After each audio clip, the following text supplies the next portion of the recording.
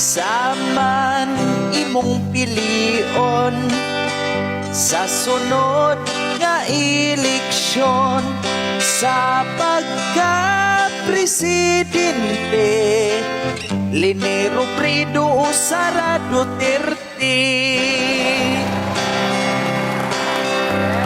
Ang pilion si Inday Sara para mahunong ang iligal nga druga, mahadlok na ang mga adik, sa suyop-suyop dili na mubalik.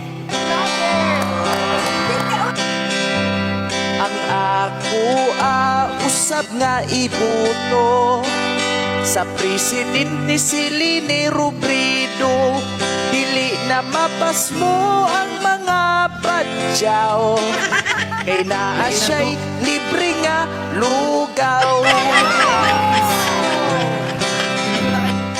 Kinsa man imong pilion sa sunod nga eleksyon, sa pagka-presidente, Leni Robredo o Sara Duterte.